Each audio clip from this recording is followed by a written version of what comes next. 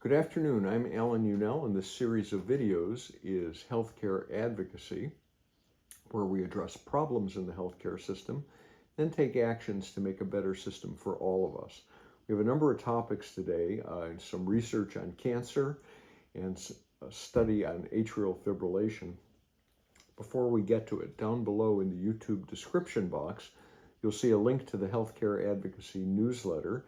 Of course, you can subscribe for free, and all of the references and background material and actions and some medical resource material, like for abortions and how to combat being denied insurance or denied a claim. I've got a lot of that stuff in the bottom of the article, in the bottom of every day's newsletter. Anyway, let's get started. Atrial fibrillation affects millions more people than previously thought. A new study from the University of California, San Francisco, has revealed that atrial fibrillation, a potentially dangerous heart rhythm disorder, it's not the fluttering when you're sitting next to your sweetheart like my wife, but it is a dangerous condition that is a precursor for the heart actually stopping. Now, it doesn't happen in everybody, but it can lead to cardiac arrest, which is a complete cessation of heart pumping, and that's fatal, or it can be fatal. So what do you do? Well, researchers estimate that about almost 11 million people, 10.55 million people, about 5% of the US adult population live with Afib.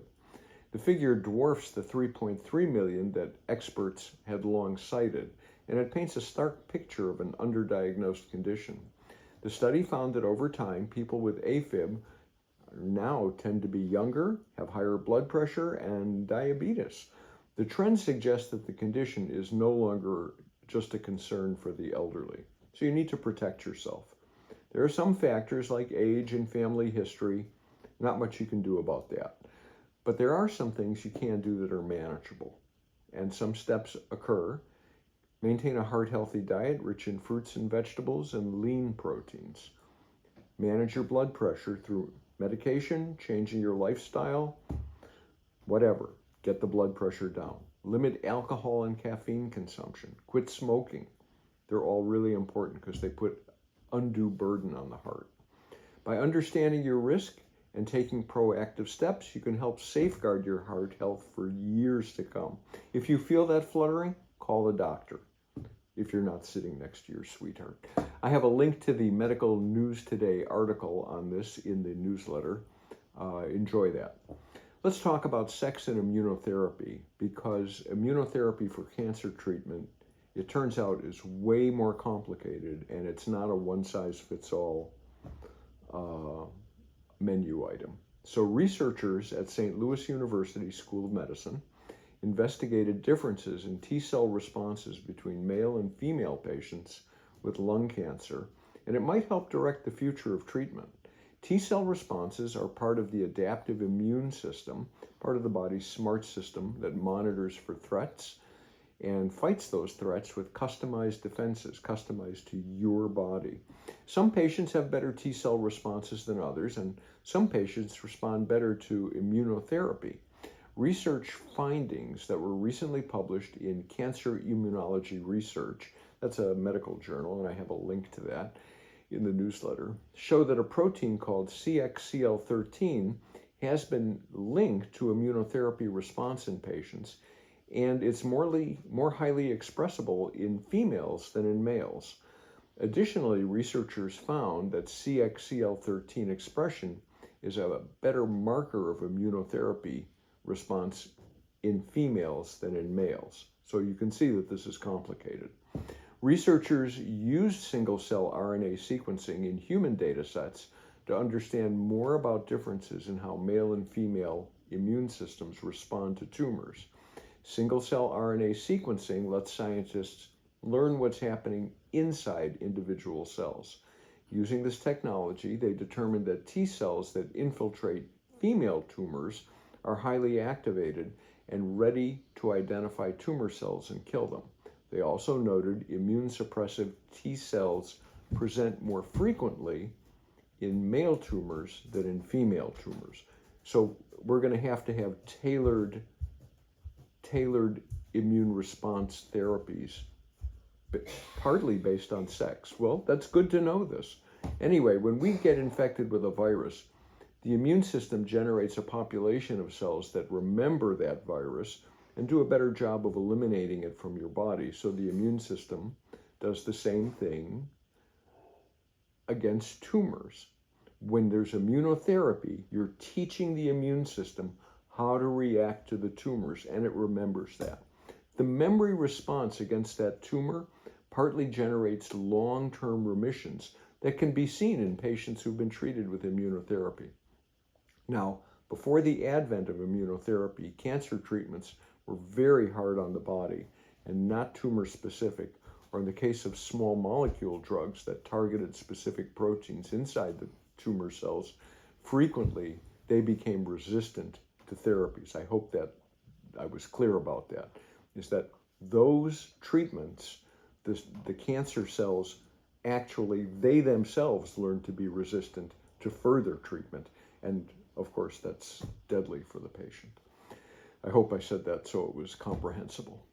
Current immunotherapies are typically much better tolerated in more patients, and patients can maintain a higher quality of life because the immune system can be educated to specifically target the tumor rather than a wide variety of tissues in the body.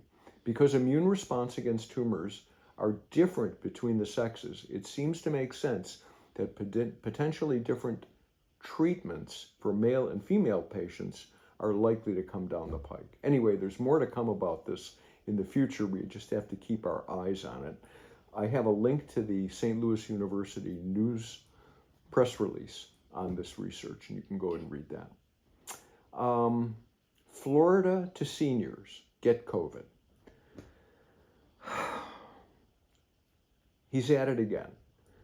In what has become a pattern of spreading vaccine, it's not really misinformation, it's disinformation. He's doing it on purpose.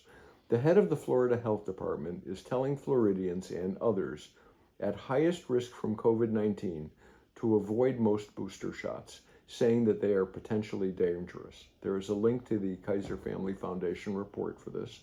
A prominent Florida doctor expressed dismay that the medical leaders in the state, leery of angering Governor Ron DeSantis, have been very slow to counter the anti-vaccine messages from Surgeon General Joseph Ladapo, including his latest COVID bulletin. And I have a link to it in the newsletter, and you can go read it if you can stomach it.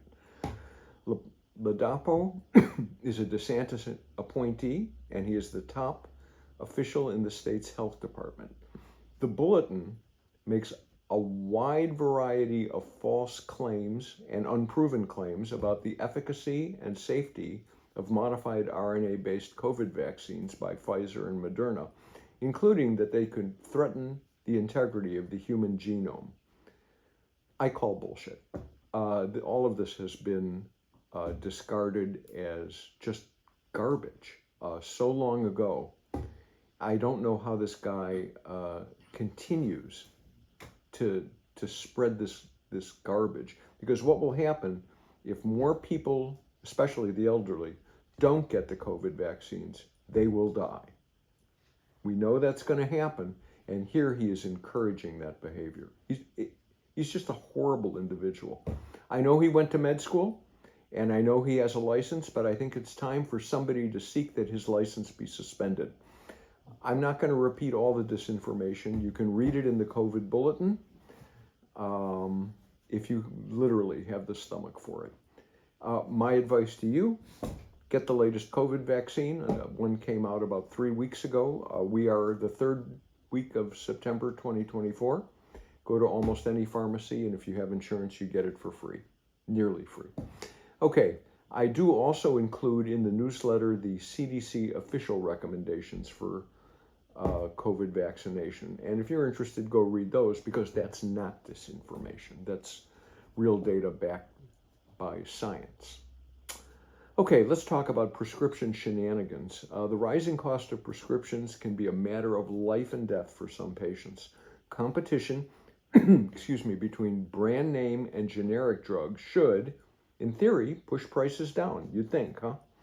But drug companies take advantage of the laws surrounding drug patents in order to block generics from coming to market.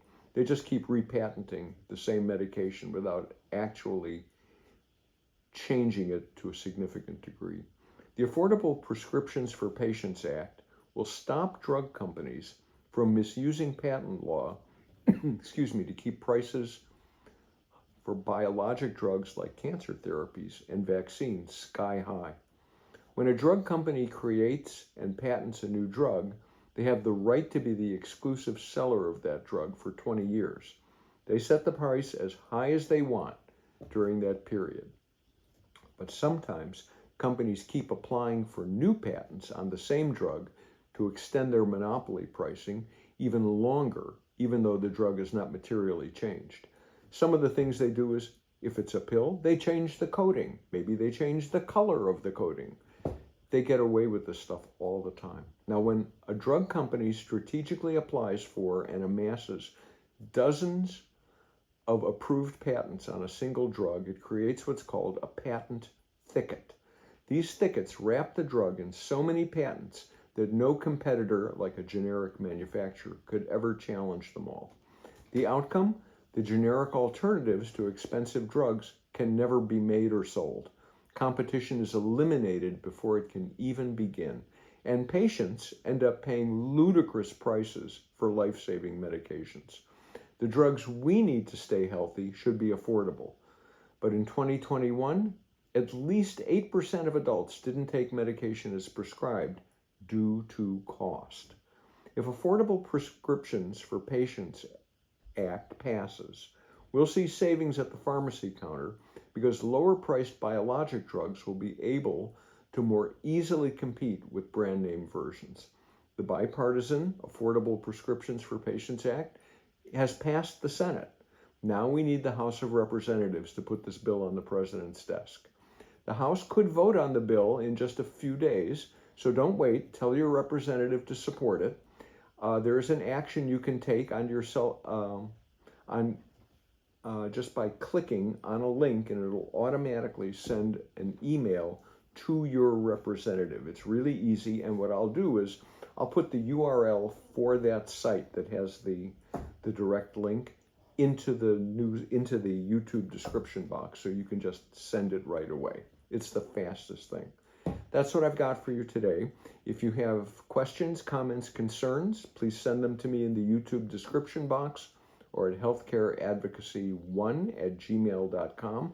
I want to let you know that some of the things we're working on come from readers, especially an article on ACO REACH, which is taking me a little longer than I thought it would, but that'll be out hopefully in a couple of days. All right, that's what I've got for you. Have a good evening.